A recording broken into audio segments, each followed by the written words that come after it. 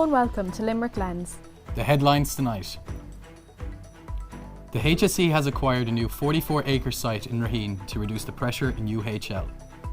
One pub in County Limerick is surviving nationwide closures through the efforts of the local community. And we look ahead to tomorrow's World Cup match by reflecting on where it all began for the boys in green.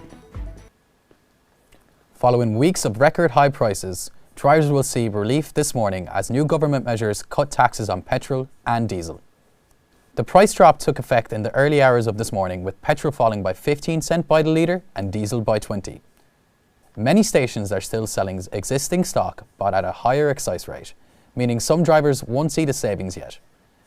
These temporary reductions will remain in place until the end of May. An investigation has linked a Limerick refinery to a Russian war supply chain. Raw materials produced in Aonghus alumina are entering the Russian supply chains linked to weapons manufacturing, though the trade is not currently in breach of EU sanctions. A Limerick mother remains in critical condition following a violent assault on Saturday. A sister of Scarlett Faulkner has rejected the claims the attack is linked to a feud, after actor John Connors urged the travelling community to step back from violence. The HSE have officially purchased a site for their new UHL facility, following recommendations from HICWA in September. But can this new building meet the needs of the people? We're here at the new 44-acre site, which has recently been acquired by the HSE for €14 million. The new hospital campus is being built to reduce pressure on UHL. It is going to be one of the largest hospital campuses in the country. The new site is located in Raheen, approximately 2 kilometres from the current UHL campus. The purpose of the new campus is to combat intense overcrowding in UHL. The lack of access to sufficient healthcare for people in the Midwest has been one of the biggest and most long-running scandals in the region. Could a newly announced hospital in Raheen be the answer? So what we're working on is phase 2A of the hospital, which is a concrete shell extension of the emergency department. So we're hoping to finish construction at the end of the summer. While the announcement has been celebrated, some officials have raised concerns. Very much, but I just have a few questions really around how this is going to work in the long term. You know, will there be a duplication of services? How will they be resourced? You know, if we're having 2 or 3 emergency departments across Limerick, well, how will they be staffed? Will there be the equipment? Will the hospitals or the various hubs be linked up? Already we're nearing construction on a surgical hub on O'Connell Avenue beside Punches Cross. And I wonder how this surgical hub will link up with the existing hospital. The question still remains if the site will be a success and if the HSE can finally fulfil their promises. Katie McNamara, Limerick Lens. We spoke earlier to our health correspondent Conor O'Mahony at UHL and first asked him just how severe the situation is. Figures released on Monday suggest that 575 total patients across the country are waiting on trolleys. UHL was the worst of these figures, with 96 patients waiting on trolleys. Second to this was Cork, with 54 patients waiting on trolleys. If this continues, nurses and doctors are going to be under pressure with overcrowding. With pubs shutting down nationally, it seems the days of a quiet pint in the local are gone. But one village in Limerick have fought tooth and nail to keep tradition alive. Our reporter visited the street bar in Kilteely to find out more about it. The small town of Kilteely in County Limerick has been experiencing an unexpected boom in recent months. It comes following efforts from residents to save one local pub from the brink.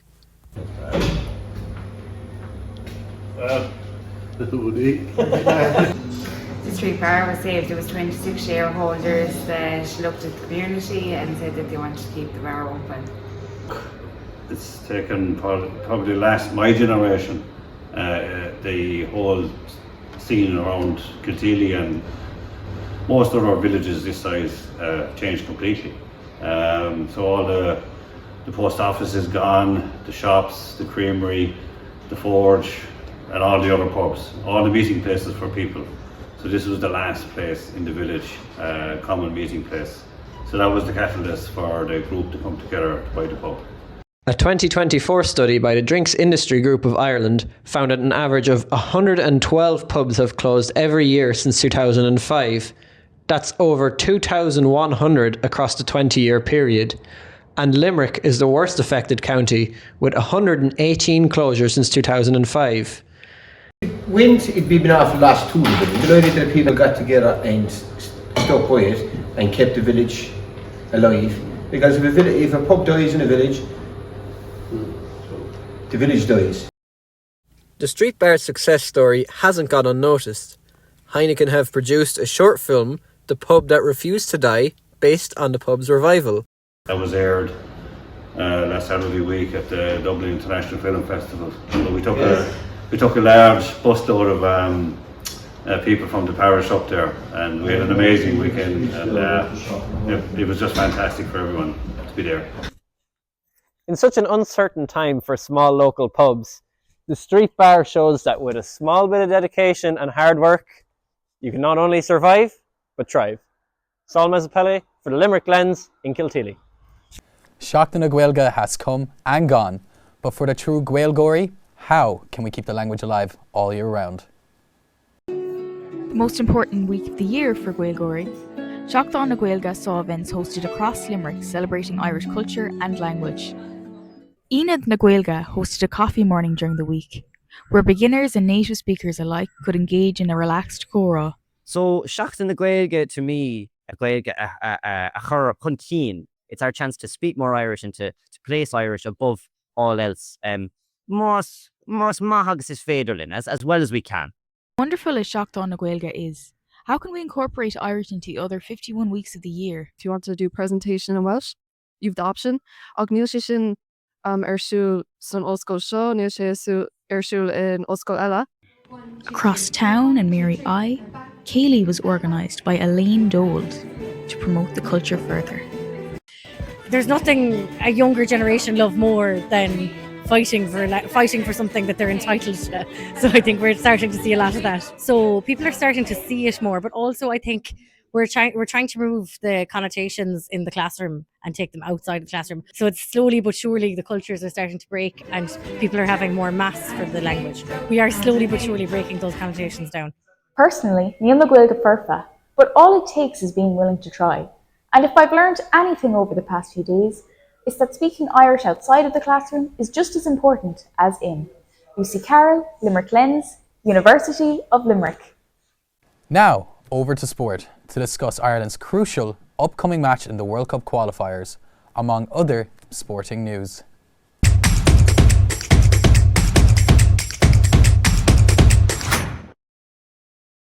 Good evening and welcome to Limerick Lens Sport.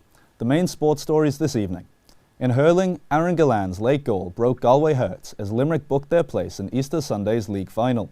Manager John Kiely is expecting to have everyone fully fit. But I would expect by next weekend that they'll all be back on the pitch training. It's Derby Day for Limerick basketball this Saturday as Limerick Celtics will hope to avenge their December defeat to Limerick Sport Huskies, with the sides getting ready to face off in the National League semi-final. As the nation holds its breath in hope and anticipation, thousands of Irish fans are making their way to Prague for the crucial World Cup playoff semi-final against Czechia tomorrow. A win would set up a mouth-watering final in Dublin against either Denmark or North Macedonia. Ahead of Thursday's contest, Limerick Lens met with local figures working at a grassroots level, which has produced 12 players in Heimir Hallgrimsson's squad that is heading to Prague. All eyes are on our brightest Irish football stars this week, as they bid for the biggest stage of all, the 2026 World Cup. But what about the smaller stages along the way? The likes of Chidera Benny and Liam Scales were nurtured at home. However, with more and more players dropping off, this pathway is at risk.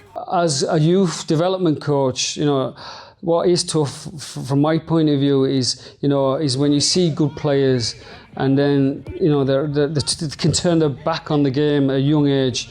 They could go into a League of Ireland club, get released at 15, get released at 17, and then they think that's it, and then they just fade away from the game.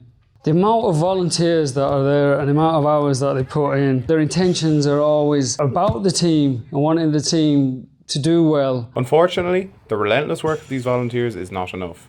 The fundraising involved is massive, and the lack of it could derail grassroots football in Ireland. Grassroots football in Limerick and Ireland is extremely important.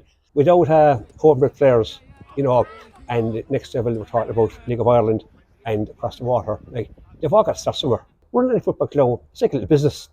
You've got to wash the gears, referees' fees, and there's kits and there's balls and everything. So it's there's a lot of hidden costs there.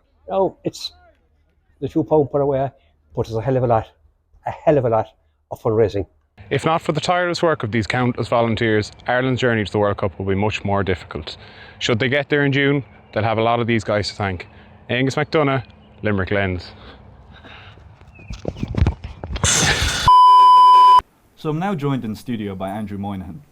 Andrew, you've been doing a bit of research ahead of tomorrow night's game, and you've picked out one aspect that you think is crucial. Thank you, Chris. Yes, so we're all aware that Ireland's number one, Ciarain Rice, he has a fantastic record at saving penalties. He has the best record for a keeper to have faced 5 or more penalties in the Premier League this season.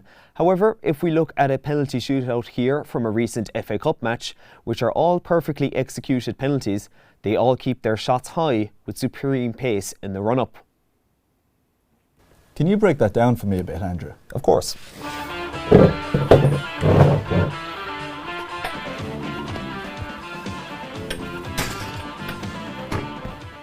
So essentially, West Ham, they had their homework done, aiming high with driven speed. And one of those penalty takers is Czechia midfielder Thomas Souček. So if I'm Ciarain Rice, what am I doing? I'm probably adjusting my set, delaying the dive and trusting my reaction speeds and making sure to stay tall. So if I'm Ciarain Rice, I'm preparing for those high shots. Thank you, Andrew. That's the sport for this afternoon. Over to you, Aoife, in the weather. Thank you, Chris. Clear skies and sunny spells across the country this morning, meaning I can finally say it, spring is in the air. Warmer winds are coming into the Midwest across Limerick and Clare, so it looks like we'll be walking on sunshine.